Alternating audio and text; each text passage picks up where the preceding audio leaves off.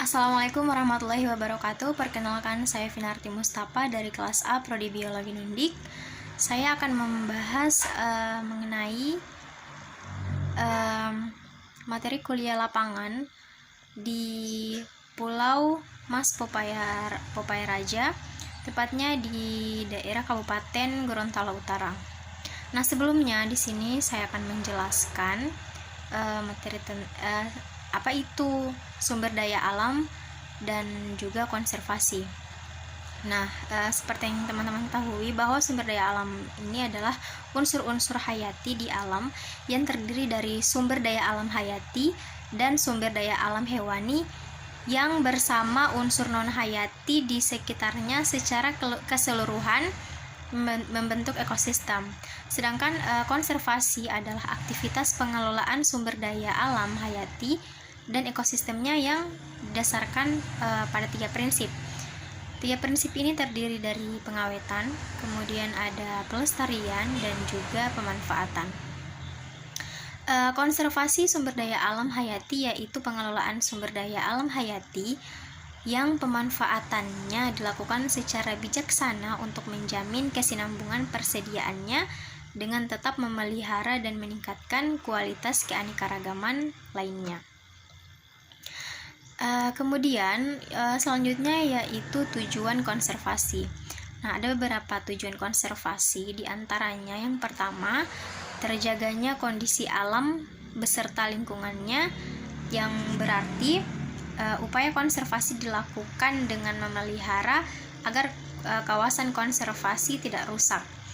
Selanjutnya yang kedua yaitu terhindarnya dari bencana yang diakibatkan oleh adanya perubahan alam, yang berarti gangguan-gangguan yang dialami oleh fauna dan ekosistemnya.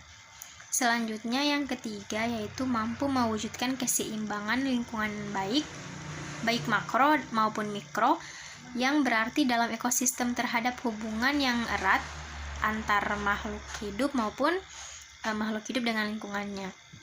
Dan yang terakhir yaitu mampu memberikan kontribusi terhadap kepariwisataan.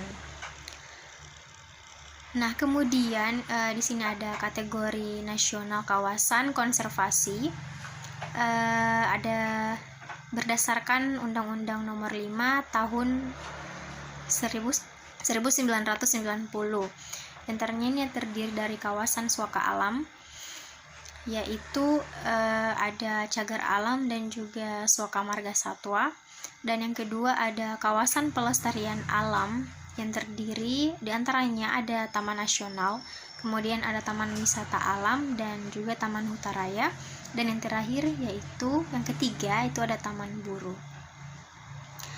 Nah, teman-teman, cagar alam ini merupakan kawasan suaka atau perlindungan alam karena keadaan alamnya yang memiliki keunikan dan kekhasan tumbuhan, satwa beserta ekosistemnya atau ekosistem tertentu yang perlu dilindungi dan perkembangannya dilakukan secara alami apa adanya.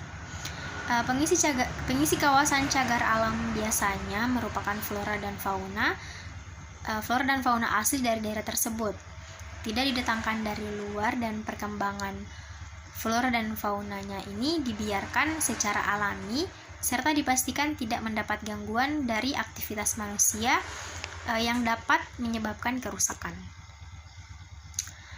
Nah, gambar di samping ini menampilkan contoh cagar alam Mas Popaya Raja yang ada di Kabupaten Gorontalo Utara. Nah, selanjutnya yaitu salah satu pulau yang menjadi kawasan cagar alam di Kabupaten Gorontalo Utara adalah Pulau Popaya. Nah, cagar alam Mas Popaya Raja ini merupakan cagar alam yang terdiri dari 3 pulau, yaitu Pulau Mas, Pulau Popaya, dan juga Pulau Raja. Menurut masyarakat di Desa Dono, Kecamatan Menano, Kabupaten Gorontalo Utara, bahwa sampai saat ini Pulau Popaya ini sering dijadikan lokasi pendaratan oleh penyu untuk aktivitas bertelur. Penyu-penyu yang sering dijumpai menurut pengelola kawasan cagar alam Mas Popaya Raja, ada 4 jenis penyu. Dari 6 jenis penyu yang berada di perairan Indonesia, yakni penyu hijau atau Selonia medas, kemudian ada penyu sisik atau Eretmoselis imbricate, kemudian ada penyu belimbing atau Dermoselis cariaceae, dan yang terakhir itu ada penyu tempayan atau Caretta. Kemudian selanjutnya potensi kawasan ini antara lain keanekaragaman jenis flora dan fauna serta pemandangan pantai pasir putih yang indah. Flora dan fauna diantaranya ada komunitas mangrove, nantu, kayu raja, manggis hutan, pandan, cemara laut.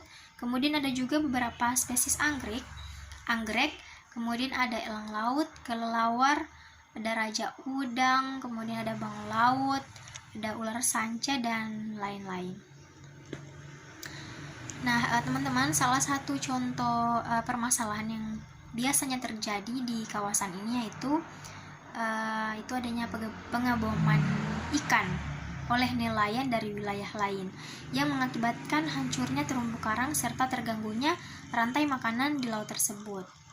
Nah, untuk mencegah dan menangani tindak pidana perusakan lingkungan laut ini berupa penggunaan bahan peledak untuk penangkapan ikan, yaitu dengan cara yang pertama, mengingatkan bahaya penggunaan bom ikan.